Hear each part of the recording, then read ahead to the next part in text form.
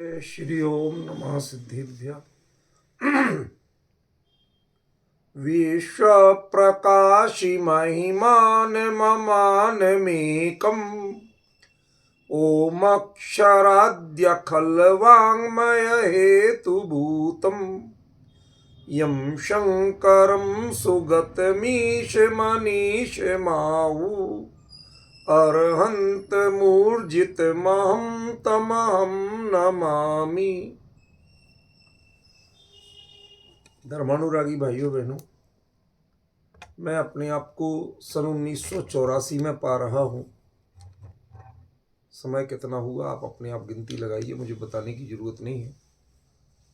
जब 1984 में पहली बार यह अमृताशीति ग्रंथ श्रवणबेलगोला के मठ में कन्नड़ ताड़पत्री प्रतियों में मुझे मिला और मैं सादर स्मरण करना चाहता हूँ दिवंगत पंडित देव कुमार जी शास्त्री को, जिन्होंने उस ग्रंथ को, उस कन्नड़ लिपि को, ग्रंथ लिपि को पढ़ना मुझे सिखाया, जिनसे सीख के मैंने इस ग्रंथ का धीरे धीरे लिप्यंतरण आदि कार्य किया। कुछ कृतज्ञताएं जरूरी हैं। अभी तो बात शुरू है, ग्रंथ शुरू होने में अभी 2-1 दिन लगेंगे। अभी तो सारी पीठिका चलेगी। वो जानकारी आपको, ये जानकारियां तो बहुत थोड़ी रहेंगी और दूसरी जानकारियां महत्वपूर्ण रहेंगी। जब ये ग्रंथ मुझे मिला तो योगेंद्र देव, जिनको आप जोइंदू के नाम से या योगिंदू के नाम से जानते हैं, उनके बारे में एक भ्रम फैलाया गया था इसके बारे में कि ये अमृताशीति योगेंद्र देव की रचना नहीं। क्यों? क्योंकि अब वो तो अपभ्रंश के महान कवि थे। परमात्म प्रकाश और योग सार उन्होंने अपभ्रंश में लिखे, न कि संस्कृत में। तो एक अपभ्रंश का कवि संस्कृत में क्यों लिखेगा? मात्र इतने आधार पर इसको फेल किया गया। एक अच्छा संयोग रहा कि जो प्रति मुझे वहां मिली उसमें 2 टीकाएं थी। उनमें से एक टीका बहुत प्रगल्भ थी, बहुत बढ़िया थी। वो थी वाणचंद्र अध्यात्मी नाम के मुनिराज की। ये वही मुनिराज हैं, थोड़ा ध्यान से सुनना, इन चीजों को बार बार रिपीट नहीं करूंगा। ये वही मुनिराज हैं जिन्होंने समय सार आदि ग्रंथों की भी टीकाएं लिखी हैं कन्नड़ में। ये टीका भी कन्नड़ में है और वो टीकाएं भी कन्नड़ में थी। तो जो समय सार जैसे ग्रंथों की टीकाएं लिखें, वो एक सामान्य अभ्यासी तो नहीं हो सकते। और इनके गुरु सिद्धांति देव थे। सिद्धांति देव, मैं जो जितना बोलूं उतना सुनो। नेमीचंद्र सिद्धांति देव तो वो थे द्रव्य संग्रह के कर्ता, वो तो इनके बाद के, समझ गए ना, कहीं की कहीं मत जोड़ो। ये आचार्य नए कीर्ति की परंपरा के थे। इनके गुरुओं की परंपरा सिद्धांति देवों की थी। नेमिचंद्राचार्य सिद्धांत चक्रवर्ती हुए थे, जो जिन्होंने गोमठ सार आदि ग्रंथों की रचना की, उनसे अनुप्राणित थे। नेमिचंद्राचार्य जहां श्रवणबेलगोला के क्षेत्र में बसते थे, वो उत्तरी कर्नाटक है। ये बसते थे ठेठ दक्षिणी कर्नाटक, जिसे आप मूड़बिद्री के आसपास का एरिया कह सकते हैं। उसी क्षेत्र के निवासी थे। और उन्होंने ये, मतलब योगेंद्र देव नहीं कह रहा हूं, कन्नड़ टीकाकार वालचंद्र अध्यात्म, और उन्होंने वहां पर रह करके सिद्धांत ग्रंथों की परंपरा के जो अध्यवसायी थे, उन गुरुओं, इनके हर गुरु ने अपने नाम के साथ सिद्धांति देव जोड़ा कि मैं तो सिद्धांत शास्त्र का जानकार हूं। वो एक युग था। अच्छे बाबू, कुछ चीजों की जानकारी लो, बहुत महत्वपूर्ण जानकारियां दे रहा हूं। वो एक युग था जब कभी कभी कोई चीज चलती ना तो फैशन के रूप में चलती है। तो नेमिचंद्र सिद्धांत चक्रवर्ती उन्होंने दो दो चमत्कार जैसे काम किए थे। एक तो जो सठखंडागम और धवला में निहित गूढ़ तत्व ज्ञान था उसे अपेक्षाकृत सरल भाषा में और व्यवस्थित शैली में अपने गोमटसार, जीव कांड, कर्म कांड, लब्धि सार, छपड़ा सार जैसे ग्रंथों में निबद्ध कर दिया था, जिससे वो लोगों को पढ़ने के उनमें दृष्टांत आदि भी थे तो वो आसान हो गया था। कुछ उसका विस्तार भी किया था टीकाओं के आधार पर, जो धवला आदि टीकाएं थी। तो इस कारण से नेमिचंद्र सिद्धांत चक्रवर्ती जहां अपनी विद्वत्ता के क्षेत्र में, लेखन के क्षेत्र में अति प्रसिद्ध हुए, वहीं दूसरा एक बड़ा कारण था कि वह एक राजगुरु भी थे। राजा चामुंड राय, यद्यपि उनका नाम ही राजा था, वो राजा नहीं थे, वो तो मंत्री थे, समझ गए, मंत्री और कोषाध्यक्ष। वल्लाल नरेश, जो वहां के वल्लाल राजा कहलाते थे, उनके मंत्री थे। लेकिन सिक्का इतना चलता था कि इनकी मर्जी के बिना जैसे कुछ नहीं होता था, तो ये राजा जैसे ही माने जाते थे। इनकी मां जो थी कालड़ देवी, उन्होंने जब भावना व्यक्त की कि मुझे ऐसा स्वप्न आया कि इंद्रगिरी पर्वत पर भगवान गोमटेश्वर के दर्शन होंगे, उन्होंने कह दिया जब तक भगवान की मुख मुद्रा नहीं देख लूंगी मैं अन्न जल नहीं लूंगी। ये सब कथा है, मैं इस बारे में ना पुष्टि कर रहा हूं ना विरोध कर रहा हूं, क्योंकि ये सब मेरा विषय नहीं है। हमें तो इस ग्रंथ के बारे में चर्चा करनी है, लेकिन आपको पृष्ठभूमि भी पता होना ही चाहिए। उन तथ्यों को बता रहा हूं जो लिखे मिलते हैं। तो कहा जाता है कि अपनी मां की भावना की पूर्ति के लिए चामुंड राय ने अपने गुरु सिद्धांत चक्रवर्ती नेमिचंद्राचार्य के निर्देशन में थोड़े विधि विधान करके वह चंद्रगिरी पर्वत पर बैठे, इंद्रगिरी की ओर मुंह किया, क्योंकि उस समय चंद्रगिरी पर ही जिनालय थे, इंद्रगिरी पर जिनालय नहीं थे। चंद्रगिरी पर्वत सुल्लेखना का पर्वत कहलाता था। इसका मूल नाम था कटवप्रगिरी। एक दो दिन में आपको सिर्फ जानकारियां मिलेंगी, शांत भाव से सुनते जाना, जो नॉर्मली आपको नहीं मिलेंगी पढ़ने को सुनने को, वो जान लीजिए। इसका नाम क्या था? कटवप्रगिरी। ये सल्लेखना का पर्वत कहलाता था। क्यों? क्योंकि कहा जाता है कि आचार्य भद्रबाहु स्वामी उत्तर भारत से चल के जब दक्षिण भारत गए और इस क्षेत्र पर रुके, तो उन्होंने निमित्त ज्ञान से जाना था कि ये सुरक्षित रहेगा हर स्थिति में, और ये धर्म ध्यान का और प्रभावना का बहुत बड़ा केंद्र बनेगा। और उनकी सल्लेखना वहीं हुई थी। चंद्रगुप्त जो सम्राट थे, वहां तक पहुंचने तक वह एक राजा और अनुयायी थे। भद्रबाहु स्वामी के 12,000 मुनीरों को वह अपने 12,000 सैनिकों के साथ लेके गए थे। उनका पूरा यात्रा का मार्ग मैंने इस बारे में लिखा था। एक विद्वान थे, गवेशी विद्वान श्री राजमल जी जैन, जनकपुरी दिल्ली में रहते थे। उन्होंने कई तथ्य जुटा के दिए थे, मैंने वो मैटर लिखा था। उसमें करीब 40 पेज में मैंने मैटर दिया था कि आचार्य भद्रबाहु स्वामी अपने संघ के साथ देश के किस मार्ग से गए थे, किन किन नगरों, किन नदियों, किन पहाड़ों को स्पर्श करते।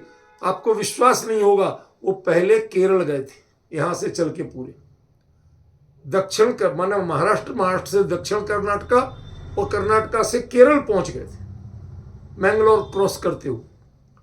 वहां की भी जलवायु और परिस्थितियां आचार्य को अनुकूल नहीं लगी, लेकिन वहां तक जाना इसलिए पड़ा कि सीधे कटवप्रगिरी तक जाने का रास्ता सुगम नहीं था। इसलिए वो केरल से फिर घूमे और घूम करके फिर जो धर्मस्थल आदि के नीचे का हिस्सा है, वहां से होते हुए फिर वो चल के श्रवणबेलगोल पहुंचे थे। वहां पर कटवप्रगिरी, जिसे आज हम चंद्रगिरी के नाम से जानते हैं, उसका नाम चंद्रगिरी मात्र इसलिए पड़ा था कि चंद्रगुप्त वो राजा था, तो राजाओं के नाम से दुनिया में चलती है। आप इतना विश्वास करिए कि रास्ते में जितनी जगहों के नाम आज भी है वो सब चंद्रगुप्त के नाम पे, कहीं ना कहीं उनमें चंद्र शब्द जुड़ा हुआ है। समझ गया ना? वो विशाल लेख है, मुझे ढूंढना पड़ेगा। आज से करीब 30 साल पहले मैंने प्रकाशित किया था, तो अब एकदम से तो उसके बारे में हर चीज नहीं बता सकता, और वो अपना लक्ष्य भी नहीं है। तो वहां से वो चल के जब कटवप्रगिरी पहुंचे, उनकी संलेखना हुई। वहां तक वो एक संरक्षक सम्राट के रूप में था,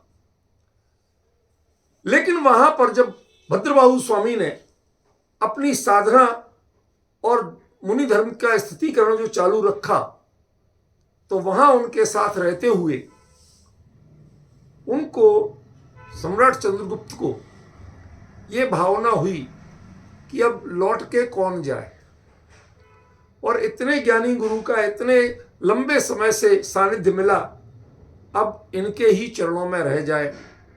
तो उन्होंने विधिवत रूप से श्रुत केवली भद्रबाहु से दीक्षा ग्रहण की, और उनका दीक्षा के बाद नाम हुआ विशाखाचार्य। हम लोग किन स्थितियों में चढ़ के गए थे, जहां बिल्कुल बंद कर दिया गया कि अभी भी वहां शेर आ जाता है, और उसी चंद्रगिरी के और मंदिरों में नहीं आता, पीछे आता है, घना जंगल है, उसमें हम लोग किस तरह चढ़ के गए थे। रूपल बहन वगैरह, विजय जी सब साक्षी हैं, और कैसे पहुंचे थे और कैसे हमने विशाखाचार्य के चरणों की वंदना की थी, वो आपको शायद ख्याल में हो। तो उनके नाम से उसका नाम चंद्रगिरी पड़ा। नीचे गुफा में भद्रबाहु स्वामी के चरण है, और ऊपर झाड़ी झक्खाड़ों में जाके पहाड़ के बिल्कुल शिखर पर विशाखाचार्य के चरण चिन्ह बने हुए। ठीक है, तो ये आपको थोड़ी थोड़ी चीजें जानकारी में रहना चाहिए।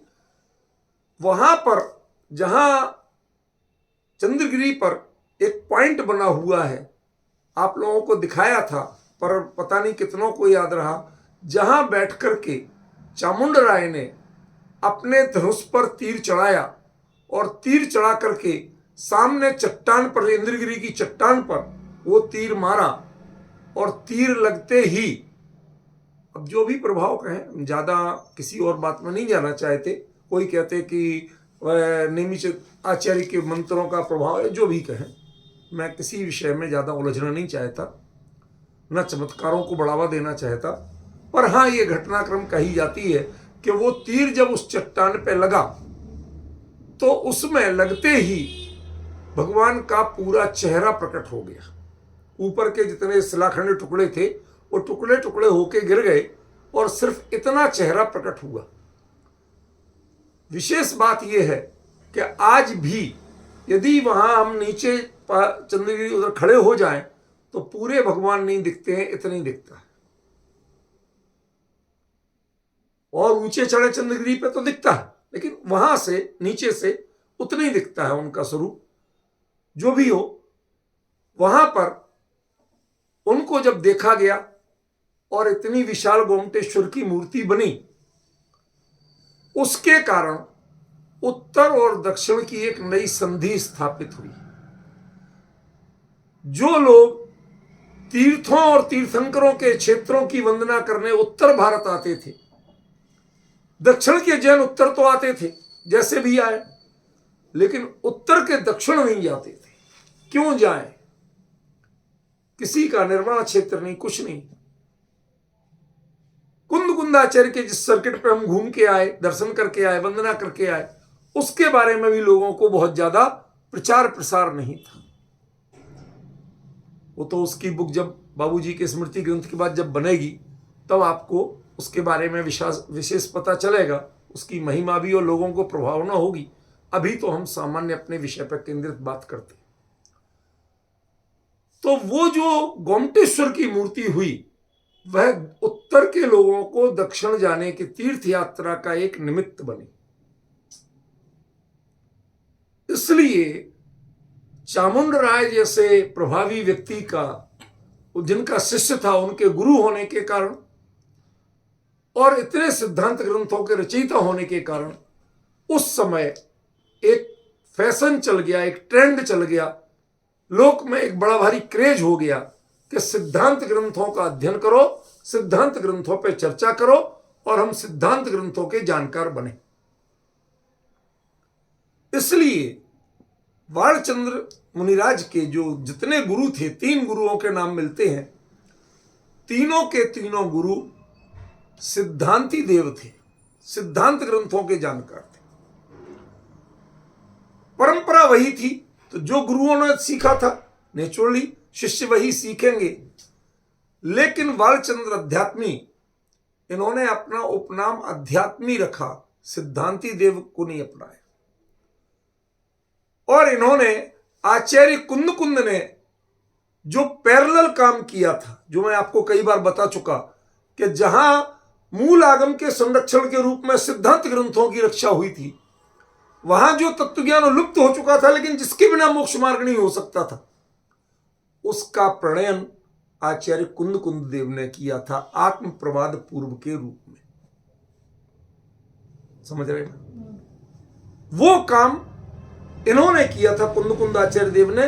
और ये बालचंद्र मुनिराज सिद्धांती देव कह के गौरवनीय अनुभव करते थे।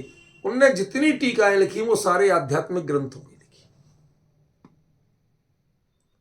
उनकी कन्नड़ टीका के साथ जब अमृता शीति मुझे मिले ग्रंथ, तो मुझे इतना प्रमोद हुआ, क्योंकि वहां जाने के पहले मैं ये विषय चुन चुका था कि मैं आचार्य योगेंद्र देव के जीवन और साहित्य पर अपनी पीएचडी करूंगा। तय कर चुका था। अब कुछ नया खोजा जाए। जो बातें दूसरों ने कह दी उनको हम, आजकल नकल का बहुत बड़ा, सबसे बड़ा अक्लमंद कौन, जिसने जितनी ज्यादा नकल मारी हो। भाई थीसिस में क्या है, किसने कितने ज्यादा रेफरेंस दी, रेफरेंस क्या, जस्ट नकल है, कॉपी। आपने मूलभूत बात क्या प्रतिपादित की, नया क्या निकाला, कोई बताने को तैयार नहीं। इसलिए आज की जो शोध ग्रंथ हैं वो शोध ग्रंथ नहीं है, शोध के साथ प्रतिशोध के ग्रंथ हैं, बदला ले रहे जैसे। ये मौलिक कार्य करना था, तो मैं यहां से दक्षिण भारत जाना था। मैंने बात की, उस समय साहू श्रेयांश प्रसाद जी जीवित थे। शांति प्रसाद जी तो दिवंगत हो गए थे, श्रेयांश प्रसाद जी जीवित थे। चूंकि रमा रानी जैन शोध संस्थान मूलबिद्री में बना और मुझे पता चला था कि वहां पर अमृता शीति है, और साथ ही योगेंद्र देव का एक और ग्रंथ निजात्माष्टक भी है।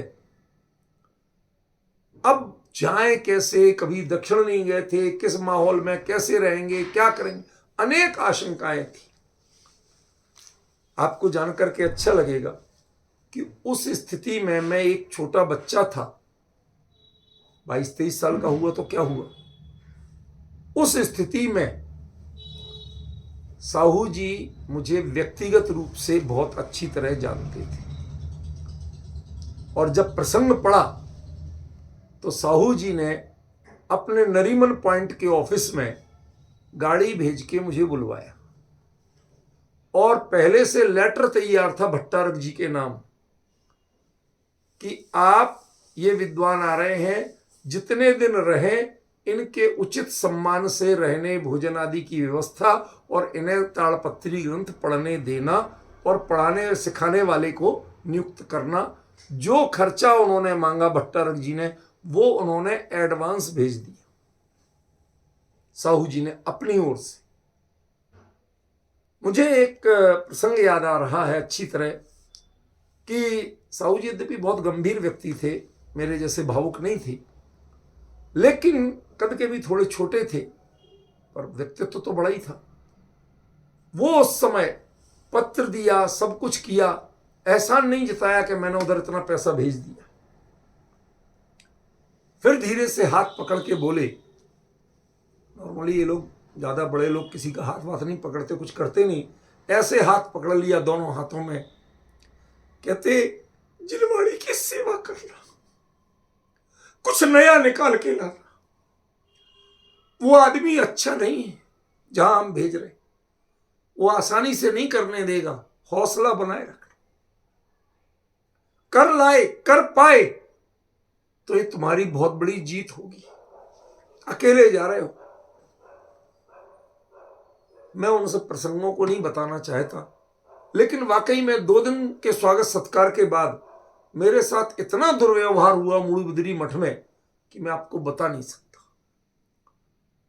बिल्कुल रात घने अंधेरे में रुकना, दरवाजे के सामने खुला कुआ, धोखे से गिर जाए तो आदमी गिर ही जाए। वो चौकीदार जो था उसको निर्देश था कि जब यात्री आए उस धर्मशाला में रुकने के लिए तभी लाइट जलाना, वरना लाइट बंद कर दो, या भाग जाए किसी तरह यहां छोड़ के, क्योंकि साहू जी तो पैसा दे चुके थे। पर मैं 2 महीने लगातार टिका रहा। जब ज्यादा ही सिर के ऊपर पानी की स्थिति हुई, मैं जिनवाणी हाथ में लेके, कोई बात किसी की निंदा के लिए नहीं बोल रहा हूं, तथ्य बता रहा हूं। मैंने उस मठ के सामने, क्योंकि दान देने वाले वहां उत्तर भारत के लोग होते थे, वही देते थे, तो मैंने बाकायदा लाल गमछा बिछा के बैठ गया और ऐसे ही हाथ में तख्ती बना ली कि यहां पर आप दान मत दीजिए।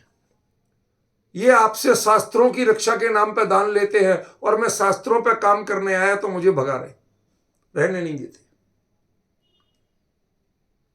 और पुलिस में पहले एप्लीकेशन लिख के देके आया कि मुझे यदि कुछ हुआ, मेरे माता पिता कोई नहीं है, किसी को पता भी नहीं है कि मैं कहां हूं, तो ये आप लोगों की जिम्मेवारी, यदि मुझे कुछ भी होता है तो उसका जिम्मेवार कौन होगा, ये नाम लिख के दे दिया और उसकी कॉपी एफआईआर की रख ली।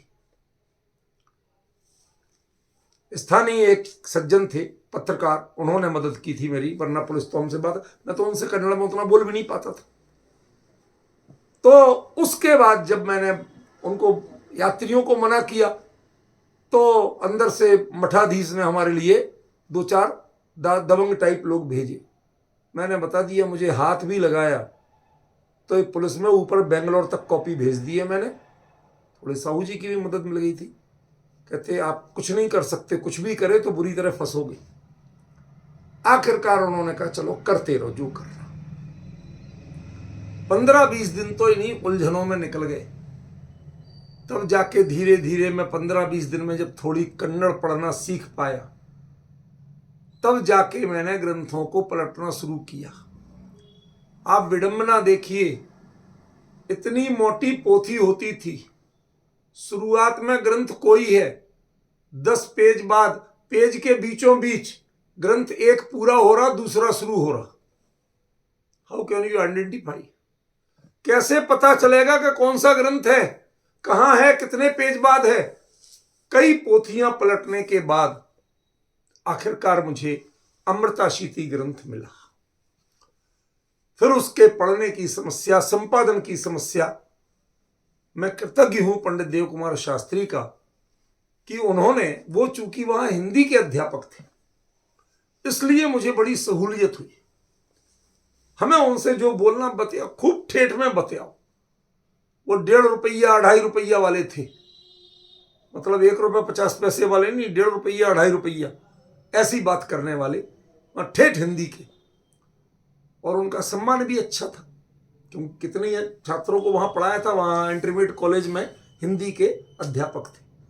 उन्होंने मुझे, उनके अपना घर जो था वो वीरवाणी विलास भवन के नाम से था, और उसमें सैकड़ों ताड़पत्री प्रतियां ग्रंथ मौजूद थे, 1-2 नहीं, सैकड़ों।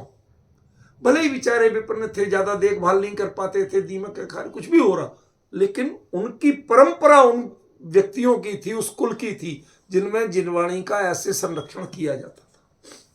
2 कमरे बने हुए थे सिर्फ ताड़पत्री रखने के, अलमारियां बनी हुई व्यवस्थित। आखिरी बार जब मैं गया तो वो तो कमरा मकान भूत बंगला की तरह था, कहीं कुछ नहीं दिख रहा। पर पहले हमने उसमें रह के बहुत कुछ सीखा, उनके घर पर भी सीखता था और वहां भी। आप विश्वास नहीं करेंगे, जब जरूर वहां पानी की नल की व्यवस्था उतनी अच्छी नहीं थी, मैं अपने कंधे पे कल से कुएं से खींच खींच के उनके यहाँ पानी भरता कि पंडित जी आप मेहनत नहीं करो, ये मेहनत मैं कर दूंगा, आप मेरे साथ शास्त्र की मेहनत करो, इसके लिए समय दो। और इस तरह मैंने जब अमृताशीति का पहला छंद करीब करीब 28वां दिन था जब मैं पूरा पढ़ पाया, जो मैंने अभी आपको मंगलाचरण में पढ़ा, 28 दिन की मेहनत के बाद पहला छंद पढ़ पाया था। मुझे इतना प्रमोद हुआ कि मैं अर्थ नहीं समझ पाया, कुछ नहीं समझ पाया। एक ग्रंथ जो आज तक नहीं मिलता था।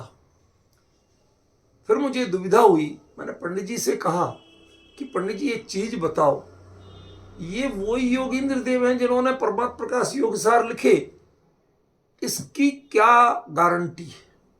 हो सकता है उसी नाम के कोई और हो। भाई आजकल हमारे पहले पद्मनंदी, योगींद्र, ये नाम ऐसे थे जो फैशन में थे, चल गए तो चल गए, 10 आचार्य मिल जाएंगे एक नाम के, समझ गया ना? तो बड़ी दुविधा थी। तो पंडित जी ने कहा इसकी टीका वाली प्रति पढ़ो। टीका वाली प्रति में उत्थानिका, टीकाकार के मंगलाचरण के बाद उत्थानिका में जो लिखा वो मैं आपको पढ़ के सुनाना चाहता हूं। श्री योगींद्र देवरु प्रभाकर भट्ट प्रतिबोधनार्थम अमृतासित्य विधान ग्रंथमम माडुत्तम तदाड़ियोड़ इष्ट देवता नमस्कारम माड़ीदपुर। अर्थ ये है कि श्री योगींद्र देव प्रभाकर भट्ट को प्रतिबोधित करने के लिए अमृताशीति नाम के इस ग्रंथ को लिखते हैं और उसके तदादियोल माने उसकी शुरुआत में यह मंगल इष्ट देवता नमस्कार रूप मंगलाचरण करते हैं। प्रभाकर भट्ट वो आइकॉन था जिसके लिए योगींद्र देव ने अपने ग्रंथ में स्वयं लिखा, भट्ट पहायरु सुनो तुम, हे भट्ट प्रभाकर तुम सुनो।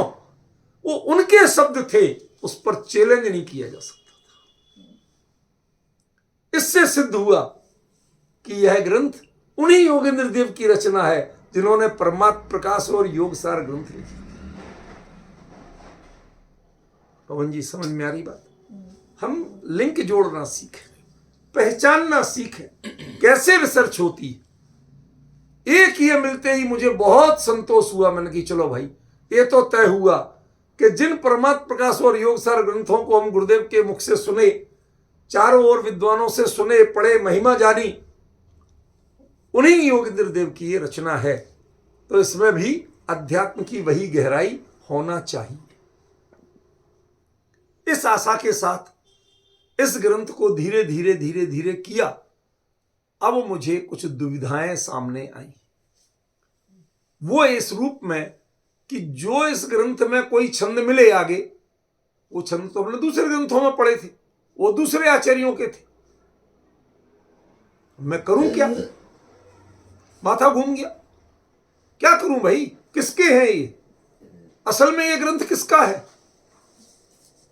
और जो फिर संयोग की बात, मैं 2 महीने करीब रह के लौट आया, अगली साल जाऊंगा ये करके, यहां भी अपनी पढ़ाई चल रही थी तो उसमें आना ही था, जुलाई में वापस आ गया।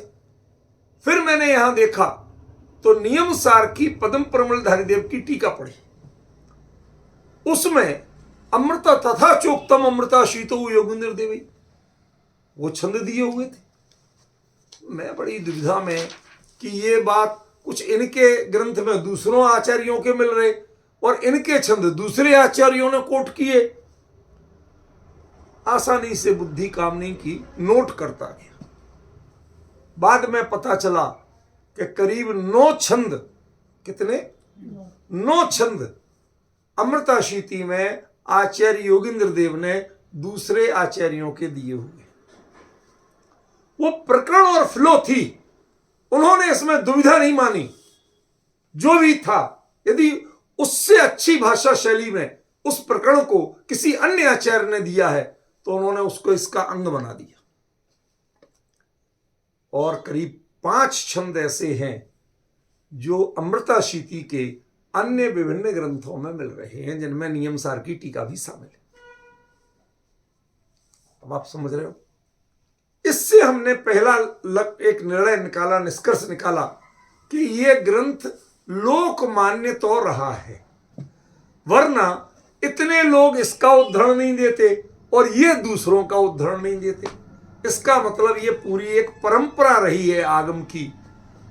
पर मैं थोड़ा सा चिंतित होता था, जैसे अभी विजय जी अपने माथे को हाथ पकड़ के बैठे हैं ना, ऐसे ही मैं भी बैठता था कि भाई साहब इसमें जो विषय है योग का, ये योग ये वो ये चीजें, हमें ऐसा लगता था कि ये अध्यात्म में योग का क्या काम, ये क्या चक्कर है। और फिर शुरुआत हमने योगेंद्र देव को पढ़ा परमात्म प्रकाश में, योग सार में, वहां कहते हैं जो पुण्य को पाप का है वही ज्ञानी है। और यहां कहते हैं कि भाई साहब पुण्य ही बिना नहीं भवंती समीहितार था, पुण्य के बिना कुछ नहीं होने वाला। ये तो ठीक विपरीत बातें होगी।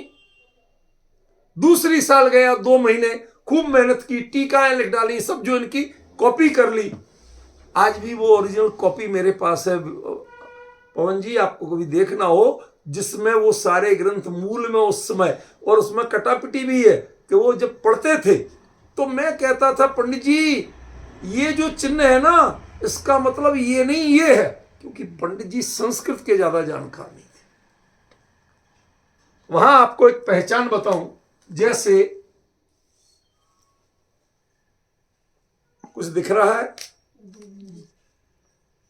एक छोटी बिंदी एक बड़ी बिंदी।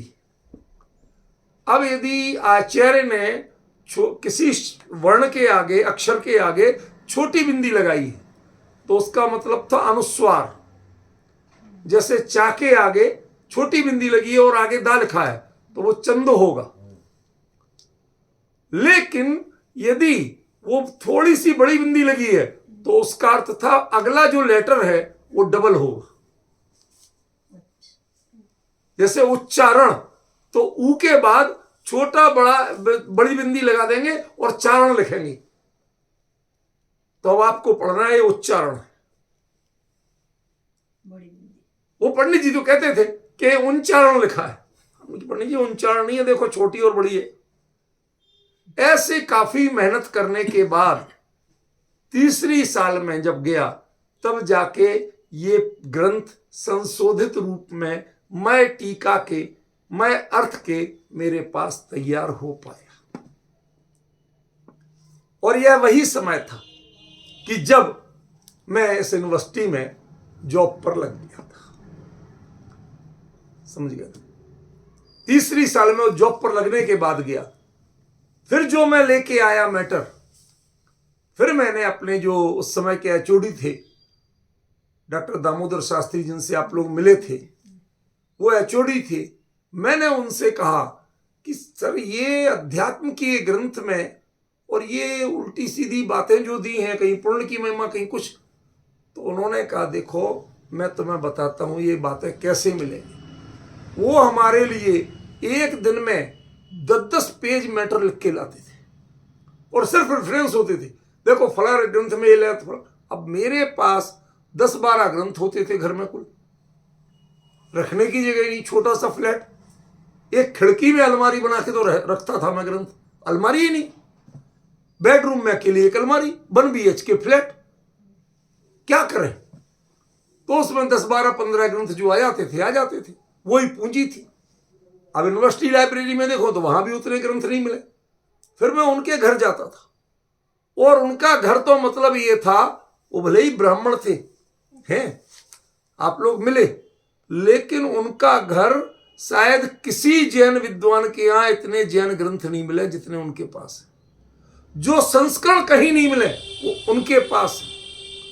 वो कहते थे कहीं कोई जैन ग्रंथ दिखता है, जिस कीमत पे मैं उस कीमत पे खरीद लेता हूं और उसको पूरा पढ़ता हूं, जगह जगह मार्क किए हुए, कहते इनमें से निकाल के दे रहा हूं। मतलब मैं लाइब्रेरी में उनके जाऊं, पूरा एक बड़ा इतना बड़ा हॉल, उसमें जगह जगह अलमारियां खड़ी, ये ग्रंथ 1 मिनट में वो उधर जाओ उधर खड़ा, वो एक एक कौन कहां रखा है उनको याद था। शुरू में उन्होंने 1-2 दिन दिए, फिर मैंने कहा था सर मैं ही ढूंढूंगा। तो ऐसे ढूंढ ढूंढ के फिर लगभग 67 ग्रंथों से इस ग्रंथ के प्रतिपादनों की पुष्टि इकट्ठी की। उसके बाद इस ग्रंथ के छपने का नंबर आया। अनुवाद हो गया, टिप्पणियां हो गई, सब चीजें तैयार हो गई। तो मैंने विनती की, मैं अब नाम लेके स्पष्ट बता रहा हूं ताकि आप लोगों को पता रहे, अब किसी ने किसी की बात से काम नहीं चलेगा। ये किसी की निंदा स्तुति के लिए नहीं है, एक तथ्य है, एक इतिहास है जिसको मैं फेरबदल नहीं कर सकता। हमारे माननीय विजय जी से क्षमा याचना करूंगा, क्योंकि सबसे पहला फोन इन्हीं का आएगा कि आपने ऐसा क्यों बोला, पर मैं बता रहा हूं, इनका फोन बाद में आएगा, मैं पहले बता देता हूं। सबसे पहले मैं गया कुंद कुंद कहान के मंत्री ट्रस्ट, अपने तीर्थ सुरक्षा ट्रस्ट के मंत्री वसंत भाई जी के पास। हमने कहा वसंत भाई जी, कुंद कुंद कहान तीर्थ सुरक्षा ट्रस्ट ने टोडरमल विद्यालय चलाया, मैं वहां पढ़ा, सीखा और वहां संकल्प लिया था कि मैं गुरुदेव की आदेश के अनुसार मूल आचार्यों के अप्रकाशित ग्रंथों का उद्धार करूंगा, जी उनको संपादन करूंगा, अनुवाद करूंगा और प्रकाशन कराऊंगा। तो सबसे पहला श्रेय, आज 10-25 साल से कोई मूल ग्रंथ नया प्रकाशित नहीं हुआ, मैं चाहता हूं कुंद कुंद कहान ट्रस्ट को यह श्रेय मिले। उन्होंने कह दिया, प्रति दे दी कि भाई ये तो जब तक, अब तुम तो नए लड़के हो, डॉक्टर साहब से पहले कंफर्म करवाओ। मैं विस्तार में नहीं जाऊंगा, संकेत में कहूंगा। वहां करीब साल भर पड़ी रही, कुछ नहीं देखा गया। फिर मैं 2-4 बार चक्कर मारे, अभी समय नहीं है, समय नहीं है। फिर उन्होंने बड़े दादा को दे दी, दादा आप देखो मेरे पास समय नहीं। दादा ने भी 2-3-4 महीने रखी, मैं चक्कर लगाता रहा, उन्होंने भी समय नहीं दिया। असल में उसमें सिद्धांत विरुद्ध कुछ था ही नहीं। हाँ, ये जरूर था कि कई चीजें हमारे सामान्य अध्यात्म के रसिकों को समझ में नहीं आ रही थी, लेकिन पूरे आगम प्रमाण दिए हुए थे तो विरोध भी नहीं कर सकते थे। आखिरकार उन्होंने अभय जी के पास सौंप दिया कि अभय जी तुम देखो। तो अभय जी हमारे बड़े भाई हैं, आदर करता हूं उनका।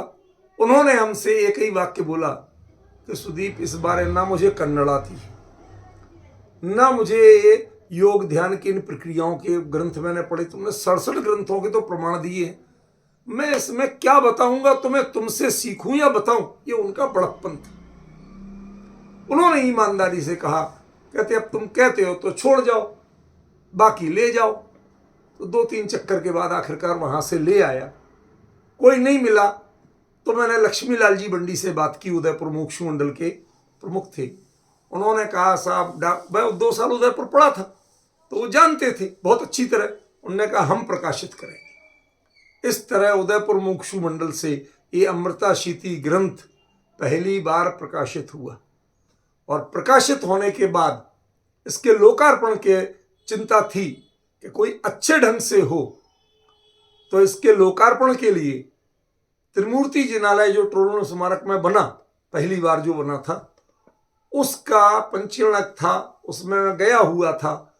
उदय जो प्रतियां छपके भी यहीं से लेके गए थे, सारी 2200 प्रतियां, 2100 प्रतियां छपी थी, लेके गए। किसी तरह ट्रेन में कैसे कुली बन के लेके गए वो हम जानते हैं। वहां पहुंची, कुछ तो बंडी जी को कह दिया आप उदयपुर ले जाना, और बाकी प्रतियां थी। उन्होंने कहा साहब कहाँ रखे, स्मारक वालों ने रखने से मना कर दी। मैंने कहा साहब पंचकलक तक जब हम जाते नहीं हैं उतने दिन बेसमेंट में किसी कोने में रख लेने दो, बाद में हम ले जाएंगे, आपके पास नहीं छोड़ेंगे। फिर मैं गया बाबूजी के पास, युगल जी के पास। मैंने कहा बाबूजी, दीक्षा कल्याणक में उद्बोधन आपका है, क्या आप इसका लोकार्पण करना उचित समझेंगे? उन्होंने कहा दे जाओ। उन्होंने देखा, अगले दिन बोले ऐसे, गले भर लिया, कहते जिलवाड़ी का उद्धार करने वाला बन गया तो मैं करूंगा, अपने हाथ से करूंगा, कोई रोक नहीं सकता। और उन्होंने दीक्षा कल्याणक के दिन जिस तरह से बोले उस ग्रंथ के ऊपर, वो भाव विभोर होके बोले, 1350 प्रतियां आधा घंटे में बिक गई, लोग ले गए। मैं जानता था कि पूरी रिसर्च बुक जैसी है, हर किसी के समझ में नहीं आएगी, लेकिन बाबूजी ने जब इतनी तारीफ की तो लोग ले गए। मुझे अच्छी तरह पता है कि जो ले गए थे उन्हें खुद पता, उन्होंने कितनी बार खोल के देखी होगी और खोल के देखने के बाद दोबारा खोली होगी, इसका मुझे बिल्कुल विश्वास नहीं। क्यों? उनकी रुचि और गति नहीं हुई इसमें, शुरुआत में ही तालमेल नहीं मिला। क्यों? क्योंकि यहां कहते हैं पुण्य के बिना कुछ काम ही नहीं होता, और हमने पढ़ा है कि जो पुण्य को भी पाप गिने वही ज्ञानी है। अब दो की विचारधारा मिले कैसे? कई लोगों ने कह दिया ये क्या गृह मिथ्यात्व का ग्रंथ ले आए, ये शब्द बोले मेरे से, चुप रहा, मैं कुछ नहीं बोला। हमने कहा एक एक शब्द 67 आचार्यों से प्रमाणित है। मेरे ख्याल से आप लोग यदि अभी गिनती गिनेंगे तो जो प्रमाणिक ग्रंथ हैं, चाहे न्याय के या सिद्धांत के या अध्यात्म के, उनमें 67 से ज्यादा ग्रंथों के नाम आपको नहीं मिलेंगे।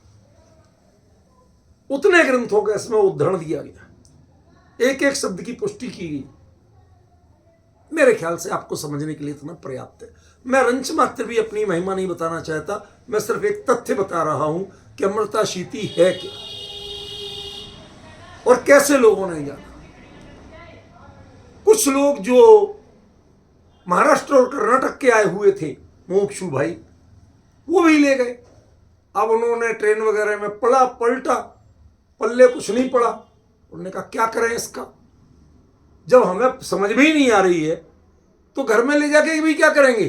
अरे समयसार वगैरह पढ़ते हैं, गुरुदेव के प्रवचन पढ़ते हैं तो कुछ तो समझ में तो आता है, ये तो समझ में नहीं आ रही। कन्नड़ टीका है, पर वो कन्नड़ भी जो है वो उसमें विषय इतना गूढ़ है, पल्ले नहीं पड़ रहा। इस स्थिति में एक मुमुक्षु भाई, वहां आपको बता दूं कर्नाटक और महाराष्ट्र के अपने जो मुमुक्षु हैं वो अपने गुजरात या हिंदी प्रांत जैसे इतने दृढ़ लोग नहीं हैं, वो महाराजों के पास भी आते जाते हैं, सब कुछ करते हैं, इधर भी सही उधर भी सही, अपना सबकी सुनते हैं। उनकी रुचि का विषय भले ही अध्यात्म तत्व ज्ञान हो, लेकिन वो व्यवहार में उनके चेले बने हुए। तो किसी ने ले जाके आचार्य विद्यानंद जी को कोथली में, उनका चातुर्मास चल रहा था, वहां दे दी। उनने देखा, ऐसे ही रख दी, छोटी सी पुस्तक थी, देख रहे हैं आप ये सामने, तो उन्होंने रख दी ऐसे। दोपहर को, अच्छा उनकी एक और चीजें जो भी हो उनकी समीक्षा नहीं करना चाहते, लेकिन वो विद्या विशिनी थी, कुछ नया मिल जाए तो पढ़ने को उनको चाहिए, और परख भी रखते थे पढ़ने में कि हाँ ये चीज नहीं है, ये खास है। अब उन्होंने वो ग्रंथ जो थोड़ा सा पढ़ा, उनका माथा घूमा। उनका जो साथ में कोई रहता था उसको कहा फला ग्रंथ लाओ। अब 3-4 ग्रंथ मिले, उन्होंने मिलाया पहले कि जो इन्होंने रेफरेंस दिए वो वाकई में है कि नहीं है, गप्पे तो नहीं ठोकी। वो सब मिले, 3 दिन का उपवास किया, 3 दिन कुंडी बंद, सिर्फ उसको बुलाया अपने ब्रह्मचारी को, किसी को, ये ग्रंथ लाना और कुंडी बंद, बात नहीं, उपवास। 3 दिन में जब पूरा ग्रंथ पढ़ लिया आद्योपांत, तब वहीं के लोग बताते कहते महाराज जी की आंखें लाल लाल हो रही थी जागने से, और उन्होंने उस दिन जाके जब चौथे दिन आहार लिया, उसके बाद जो भी मिले उनसे एक ही बात पूछते, दिल्ली में सुदीप जैन को जानते हो क्या? बहुत संक्षेप में संकेत बता रहा हूं इसकी विकास यात्रा। वहां से चल के, कोई नहीं बताया, वहां से चल के इंदौर में चातुर्मास हुआ, लगभग 1 साल। इंदौर चातुर्मास में कुछ लोग जो दिल्ली से जाते, उनसे पूछा, नहीं जानते महाराज। कोई कहा जानते हैं। उन्होंने कहा भाई उनको हमारे पास भेजना, जो कहो उनको, फ्लाइट जो कहो, हम सब करने को तैयार है। मेरे से आए, वो पूछने लगे महाराज जी याद कर रहे, चलो। मैंने कहा मैं तो नहीं जाऊंगा। क्यों याद कर रहे? मैंने कहा पूछा। कहते वो अमृताशीति लिए थे आपकी बुक।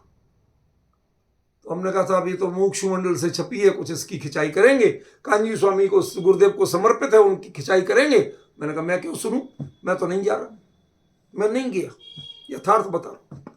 होते होते वो महावीर जी में अगला चातुर्मास, 2 साल बीत रहे, महावीर जी में अगला चातुर्मास हुआ।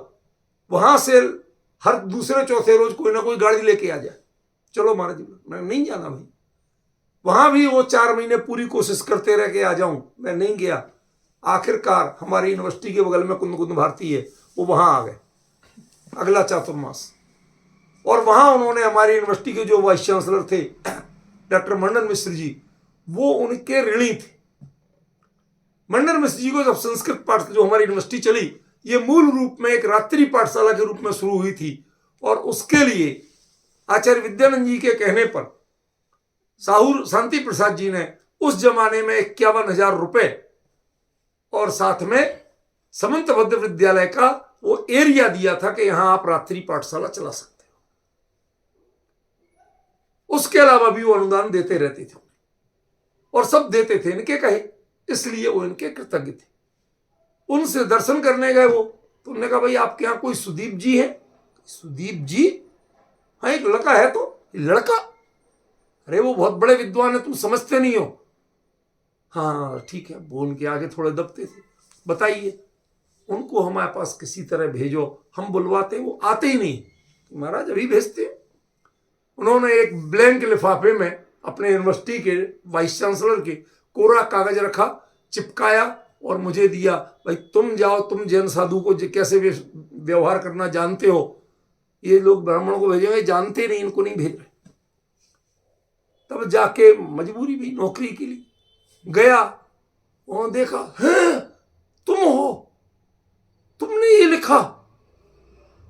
कहते जिन शासन में अभी तक पिछले महेंद्र कुमार न्यायाचार्य एक हुए, डॉक्टर महेंद्र कुमार न्यायाचार्य, कहते फूलचंद जी ने, महेंद्र कुमार न्यायाचार्य ने, इन लोगों ने जो काम किया था, उसके बाद में 10 साल बाद, 25 साल बाद पहला कोई प्रामाणिक ग्रंथ सामने आया है।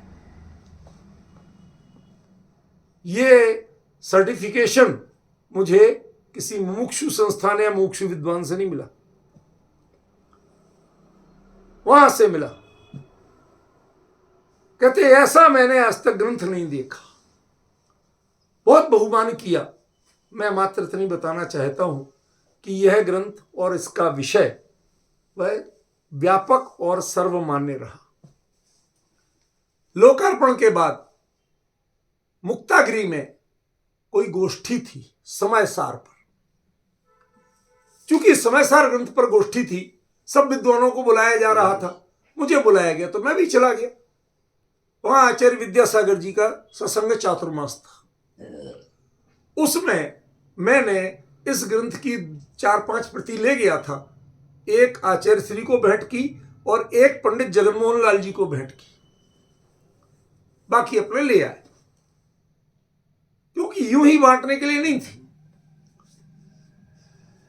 जगनमोहन लाल जी ने वो ग्रंथ, मैं तो अगले दिन चला आया, वो पढ़ा। जो मैं दिल्ली रहता था, यहां आने के बाद करीब 20 दिन निकले होंगे कि एक अंतरदेशी पत्र आया, जिस पर पीछे लिखा था जगनमोहन लाल शास्त्री कटनी। आप लोग जानते हैं उस जमाने में अंतरदेशी पत्र आना एक बहुत बड़ा सम्मान माना जाता था, नहीं तो पोस्ट कार्ड ही चलते थे। उसमें मैंने पढ़ा तो अंदर लिखा था 4-5 लाइनें कुछ थीं, और वो भी धुंधली हो रही थीं, जैसे कोई पानी पड़ गया हो, क्योंकि पहले फाउंटेन पेन से लिखते थे, बाल पेन तो चलते नहीं थे, तो इसलिए थोड़ी गड़बड़ी थी। बड़ी मुश्किल से पढ़ पाया। पहला वाक्य था, बेटा अब हम चैन से मर सकेंगे। क्यों? तुमने किससे? हमने तो सिखाया नहीं। मैं और फूलचंद जी अक्सर चर्चा करते थे कि हम लोगों ने तो अपनी जिंदगी बना ली, इतने ग्रंथों पे काम कर लिया, लेकिन अगली पीढ़ी में एक भी विद्वान तैयार नहीं कर पाए। हम लोग अकेले में बैठ के रोते थे, कहते कैसे, किस गंगा में तैरोगे, कहां धोगे ये पाप? क्या अपनी जिंदगी बना ली, लेकिन दूसरे एक पीढ़ी में एक विद्वान तक पैदा नहीं कर पाया, जबकि इतने विद्यालय चलाए और किसी विद्यालय से एक भी प्रोडक्ट नहीं निकल पाया जो तुम्हारे तरह इन शास्त्रों पर काम करे। ये डिटेल तो उन्होंने पंडित जी से बाद में जब मिला तब उन्होंने बताया था। अब तुम्हारा ये ग्रंथ पढ़ा, अब हम चैन से मर सकेंगे। अब हम मुंह दिखाने के लायक हैं कि अगली पीढ़ी में कोई तो है, खत्म नहीं हुई। ये ग्रंथ का काम और नाम इस ग्रंथ की महिमा का है, मेरा नहीं है।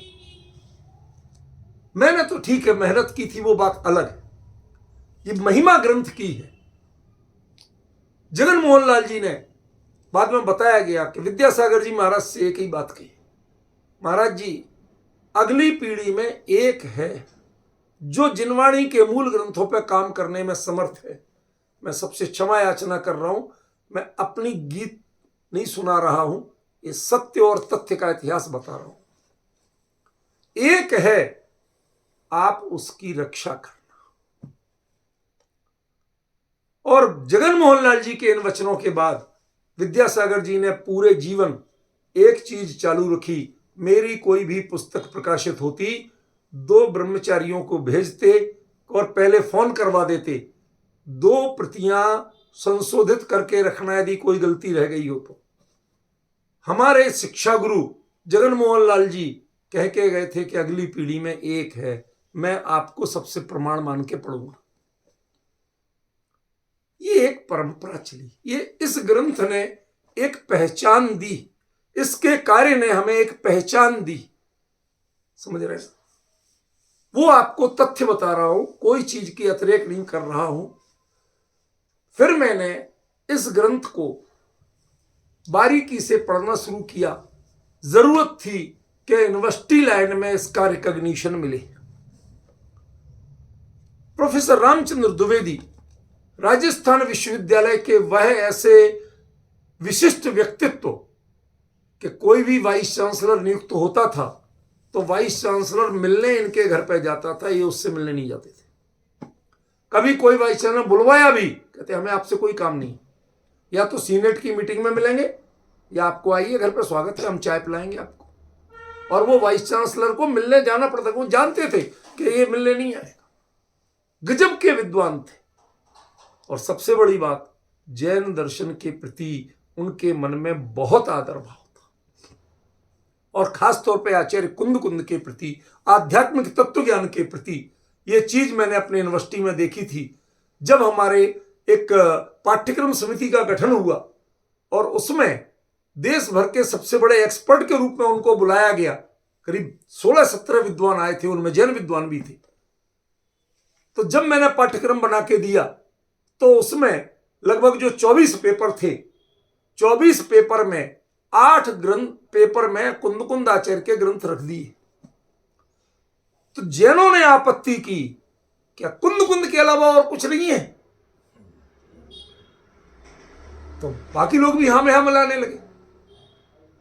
तो द्विवेदी जी ने मंच से बोला अध्यक्ष के रूप में कि जैन दर्शन से कुंद कुंद को माइनस कर दो तो कुछ नहीं बचेगा। मेरा बस चले तो 24 के 24 पेपर कुंद कुंद के रख दो। इन्होंने तो 8 ही रखे, तुरंत पाठ्यक्रम स्वीकृत हो गया। आप समझ सकते हो मैं किन की बात कर रहा हूं। और उनके पहले मुझे राजस्थान यूनिवर्सिटी में रजिस्टर्ड हुआ था तो लोगों ने कह दिया भाई वो जैन सेंटर पे डॉक्टर भागचंद जी है आजकल जो नागपुर में, कहते कि उन्होंने भाई वो खाली बैठे रहेंगे, उनको कोई तो काम वो मिले, सरकार कुछ तो कहे, तो इनको उनके अंडर में रजिस्टर्ड कर दो। मैं उनके साथ क्षमा याचना के साथ कहता हूं 2 साल हम साथ रहे, लेकिन एक अक्षर का हमें गाइडेंस या जानकारी नहीं दी गई। मैं जीरो था, मेरी थीसिस जीरो रही, और वो 2 साल बाद अपने नागपुर चले गए। तो मैंने द्विवेदी जी से कहा कि मैं तो आपके अंडर में ही होना चाहता था, लेकिन आपने मुझे नहीं लिया, अब तो ले लो। तो वो बड़े आत्मसम्मान के धनी थे, स्टैंडर्ड के थे, उन्होंने मुझसे कह दिया सेकेंड हैंड व्यक्ति को नहीं लेता, मैं उनका गाइड नहीं बनूंगा। डिपार्टमेंट में सारे टीचर, संस्कृत डिपार्टमेंट समृद्ध डिपार्टमेंट था, 20-22 टीचर थे, सबके बीच में ऐसी बात हो रही। तो मैंने कहा कि सर लेना तो आपको पड़ेगा। तो वो कहाँ सुनते इतनी, आंखें तरेर के बोले क्या बोला? मैंने कहा वो मत समझिए, मैं गुंडा नहीं हूं, आवारा नहीं हूं, राजनीतिक नहीं हूं। मैं जानता हूं कि आप योग्यता का सम्मान करते हैं, और योग्यता का यदि सम्मान करते हैं तो आपका वो फिलॉसफी ग्रुप पढ़ाते थे, संस्कृत में ग्रुप होते थे वहां, फाइनल ईयर में 3 पेपर होते थे। हमने कहा कि आपके ग्रुप से पिछले 17 साल से कोई टॉपर नहीं आया, और मैं टॉप करके बताऊंगा यूनिवर्सिटी। इसलिए मैंने कहा आपको लेना पड़ेगा, क्योंकि योग्य का आप भी सम्मान करते हो। वो चुप हो गए, शांत पड़ गए। तो दूसरे एक विद्वान थे, वो धर्मशास्त्र के प्रमुख थे, उनको तिलमिली छूट गई। उन्होंने छूटते ही कहा, धोती ऊपर की, टांग ऊपर की, बेटा इस टांग के नीचे से निकल के 100 बार निकलोगे तो अभी तुम टॉप नहीं आओगे। मैंने कहा डॉक्टर साहब मैं जानता हूं आपके टॉप कैसे आते हैं। आप अपने 3 पेपरों में 90 से नंबर देना शुरू करते हैं, चाहे फिल्मी गाने लिखा है बच्चे, आप कुछ नहीं गलती निकालते, सीधे 90 से नंबर देना शुरू करते हैं। दोगे कहां तक? 95, 96, 97, थोड़ी बहुत तो शर्म करोगे, कहां तक दोगे कि देना? हमने कहा 3 पेपर हमारे जो फिलॉसफी के उनमें नंबर कम आते हैं मुझे पता है, लेकिन 75 से कम मेरे भी नहीं आएंगे। हमने कहा 3 पेपर में मैं जितना पिटूंगा, 2 पेपर हैं ग्रामर के, उनमें पहले पेपर में आपके विद्यार्थियों को कवर करूंगा, जितने नंबर जाके मिले होंगे वो मैं आगे हो जाऊंगा, और दूसरे पेपर में मैं उनसे लीड लूंगा और टॉपर मैं बनूंगा। और जब रिजल्ट निकला तो सेकंड पोजीशनर 79 मार्क पीछे था। यूनिवर्सिटी में कभी ऐसा नहीं हुआ, 1-2 नंबर पे होती थी पोजीशन। द्विवेदी जी ने अपनी ओर से क्लर्क को एप्लीकेशन टाइप की, करवाई, उस पर साइन किए, मेरे वो एप्लीकेशन मेरी ओर से होना, उस पर मेरे साइन नहीं, और स्वीकृति पहले लिख दी। कहते जाओ उसको ढूंढो और उससे कहो कि उसने मुझे जीत लिया। इस तरह से जब ये सब काम चला और थीसिस पूरी नहीं हो पाई, लेकिन ये ग्रंथ मैंने खोज के निकाला। जब मैं गुरुजी से अपनी थीसिस पे साइन करवाने गया, फाइनल टाइप हो गई, साइन करवाने गया तो वो अपनी नई कोठी में थे, नीचे बेसमेंट में लाइब्रेरी बना रखी थी, वहां बैठे थे। मैंने पूछा मम्मी कहाँ है? तो वो, मैं कहा नीचे है, चले जाओ। सब जानते थे, बहुत आत्मीयता दी उनने हमें। जब मैं पहुंचा तो वो इस मुद्रा में थे, अमृता शीति लिए और पढ़ रहे और अपने आप से बातें कर रहे। क्या गजब का लिखा, क्या गजब के प्रमाण दिए, कितना अच्छा विश्लेषण, अपने आप से बातें कर। मैं चुपचाप खड़ा, आधा घंटे खड़ा रहा, उन्हें होश नहीं, वो पढ़ते रहे। 4-5 पेज पढ़ ली ऐसे भाव में वो रोके। कहते अब आएगा तो उससे कहूंगा भाई तूने बहुत गजब काम किया। ये एक यूनिवर्सिटी स्कॉलर वाली बात बता रहा हूं। इस तरह से जब फिर उन्होंने देखा, अरे कब आए? मैंने क्या अच्छा बोले नहीं। मैंने कहा सर आप पढ़ रहे थे, हम कैसे डिस्टर्ब करते? उन्होंने कहा थीसिस क्या होती है? ये कई थीसिस से ऊपर है, बताओ, साइन कर देते। जब मेरा ये डीम्ड यूनिवर्सिटी बनी, उस समय डॉक्टर विद्यानिवास मिश्र, संस्कृत और भारतीय विद्या के बहुत बड़े विद्वान, वो सिलेक्शन कमेटी के चेयरमैन थे। उस समय तक मेरी पीएचडी अवार्ड नहीं हुई थी। तो लोगों ने, कमेटी में 9 लोग और थे, उन्होंने कहा कि भाई अभी तक ये तो पीएचडी नहीं है, इनको यूनिवर्सिटी में क्यों लिया जाए? तो विद्यानिवास मिश्र जी को मैंने प्रूफ दे दी थी। हमने कहा देख लो साहब, ये मेरे पास पूछिए। उन्होंने ये पूरी आगे से पीछे तक पलटी 10 मिनट तक चुपचाप, और 10 मिनट बाद बोले कि भाई यदि आप लोग मुझे किसी योग्य समझते हो तो मैं इस बुक पर 10 पीएचडी न्योछावर करने को तैयार हूं। क्या होती है पीएचडी आजकल हम जानते नहीं है क्या? जब उन्होंने इतना बोला अमृता शीति के बारे में, संस्करण के बारे में, उधर सारी कमेटी ने तुरंत साइन कर दिए और मैं इसमें अपॉइंट हो गया। तो ये सिर्फ आपको बता रहा हूं अमृता शीति के निमित्त किन किन पड़ावों से गुजरा, क्या क्या देखा मैंने और किस किस रूप में हुआ। अब मैं इस ग्रंथ के अंतर पक्ष को बताना चाहता हूं। ये तो इसकी प्राप्ति का इतिहास और उसके आगे तक का क्रम बताया। मैंने इसको जब निजी तौर पर पढ़ना शुरू किया थीसिस को फाइनल करने के लिए, तो मुझे इतना प्रमोद हुआ कि जिन विषयों को हम लोग ज्ञानार्णव में पढ़ा करते थे अलग दृष्टि से, ज्ञानार्णव में आग्नेयी धारणा, वायव्य धारणा, तुम अपने हृदय के अष्टदल कमल मानो, उसमें ये अक्षर और ऐसी धुआं उठते दिखेगा, अग्नि उठती, ये सब चीजें, आसने और सब चीजें, जितना जोर दिया था उन पे, इसमें उससे भिन्न दिशा से चले। फिर मैंने जब अनुसंधान किया आगे, तो योग शास्त्र के क्षेत्र में एक नादानुसंधान प्रक्रिया चलती है।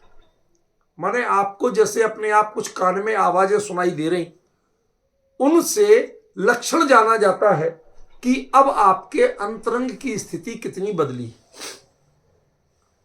उस नादानुसंधान के सारा वर्णन इसमें है। जो पतंजलि योग शास्त्र सबसे बड़ा माना जाता है पतंजलि का, वो योग शास्त्र नादानुसंधान के बारे में जहां पहुंच के खत्म हो जाता है, आचार्य हेमचंद्र के योग ग्रंथ जहां खत्म हो जाते हैं, हरिभद्र सूरी का योग ग्रंथ जहां खत्म हो जाता है इस विषय में, इस ग्रंथ में उससे आगे की चर्चा दी गई। बालचंद्र अध्यात्मी लिखते हैं कि दिव्य ध्वनिया कारण बिंब, ये जो प्रक्रिया बता रहे हैं ये भगवान के दिव्य ध्वनि क्यों खिलती है।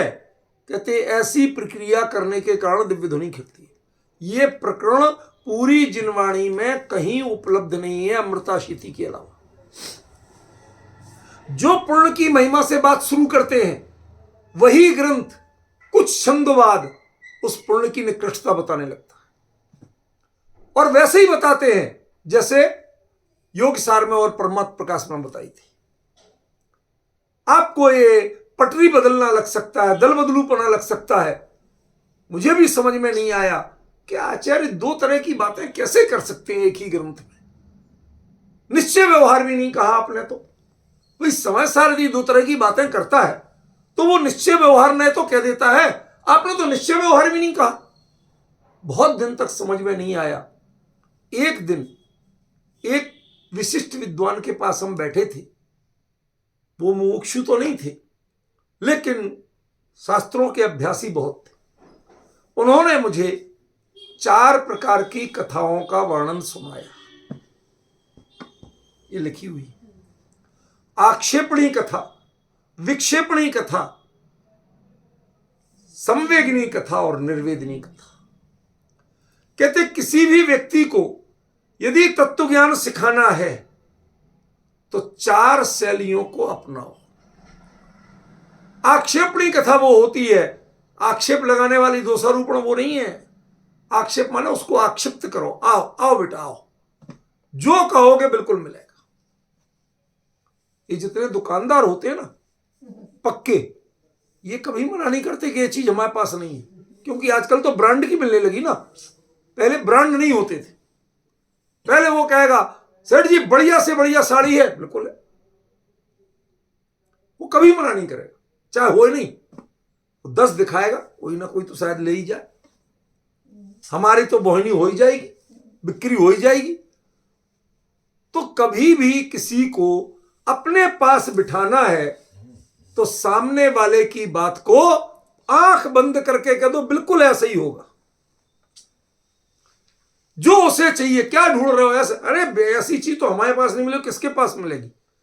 इस प्रकार से उसको जो बात कहना, शुरुआत कहां से करना, जो तुम चाहते हो बिल्कुल वैसे ही हो जाए। इसको कहते हैं आक्षेपणी कथा,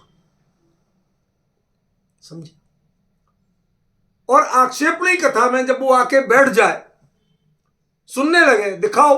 अब आप दिखा तो रहे नहीं क्योंकि आपके पास है ही नहीं, आप तो दूसरी चीज रखे हो। तो क्या कहते हैं, अरे वो लेके क्या करेगा, वो कपड़ा टिकाऊ नहीं होता, धुलने पे सिकुड़ जाएगा, ड्राई क्लीन कराना पड़ता है, 100 झंझट है। ये लो घर में धो, लकड़ी से कूट कूट के धो और खंगालो, अपने डाल दो सूखने। देखो जिस चीज को ढूंढने आया था, वो रेशमी साड़ी ढूंढने आया था, पहले कहां दिखाएंगे, बहुत बढ़िया दिखाएंगे, दिखाई नहीं। लेकिन दिखा दिखा के बीच बीच में फिर धीरे धीरे बताया कि रेशमी साड़ी में क्या दोष होते हैं और इसमें हमारे पास जो है इसमें गुण क्या है। उसको कहते हैं विक्षेपणी कथा। वो जो चीज दिमाग में लेके आया था उसका करो विरेंडबास और अपनी चीज उसके दिमाग में फीड करो, इसका नाम है विक्षेपणी कथा। अब वो आदमी डिस्टर्ब तो होगा, यार मैं लेने क्या आया था, ये मेरे गले क्या डाल दी इसने। तो उसके बाद में तीसरी कथा होती है संवेगनी कथा। संवेग माने तत्व ज्ञान दो, समझाओ। देखो, शरीर के लिए रेशम हितकारी नहीं है, सूत कपास ये हितकारी है। हमारी यारिकाएं, हमारे क्षुल्लक महाराज वो रेशम नहीं पहनते हैं, टेरिकॉट नहीं पहनते हैं, वो सूती वस्त्र ही पहनते हैं।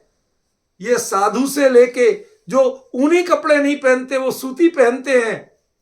तुम क्या उनके भक्त नहीं हो? अनेक प्रकार से उसके लाभ बताओ, प्रकृति से, पर्यावरण से उसकी ज्ञान वृद्धि करो। अब ज्ञान वृद्धि हो गई, संवेग जग गया, अब संसार से विरक्त नहीं है, तो वो उसको फैशन का मारा, जिससे सिल्की रेशमी कपड़े पहनना थे, वो ले तो जाएगा लेकिन मन नहीं मानेगा। अरे वो लाते तो उसकी चमक ही अलग थी। तो लास्ट में निर्वेदनी कथा, वैराग्य जगाओ। क्या कितने कीड़ों को मार के तुम एक साड़ी का रेशम पैदा करते? इतने जीवों की हत्या करके करोगे क्या तुम? वो पहनोगे? ये तो एग्जाम्पल बता रहा हूं, इसमें नहीं दिया। ये तो आपको भी इन कथाओं के नाम बताने के लिए एग्जाम्पल बता रहा हूं, समझे? इस तरह से जो चर्चा चली उसका नाम था 4 प्रकार की कथाएं, और ये शुरू के 20-22 छंदों में पूरी हो जाती। उसके बाद वो तत्व ज्ञान की जो बात शुरू करते हैं, तब योग्य शिष्य उसको ग्रहण कर पाता है। समझ गए? ये है वो ग्रंथ। 7 मिनट एक्स्ट्रा हो गए, कल से ध्यान रखूंगा। अभी 2 दिन और चलेगा इसके बारे में जानकारी का, तब ग्रंथ शुरू करूंगा। थोड़ा धैर्य रखिएगा और समझिएगा। आज यहीं तक।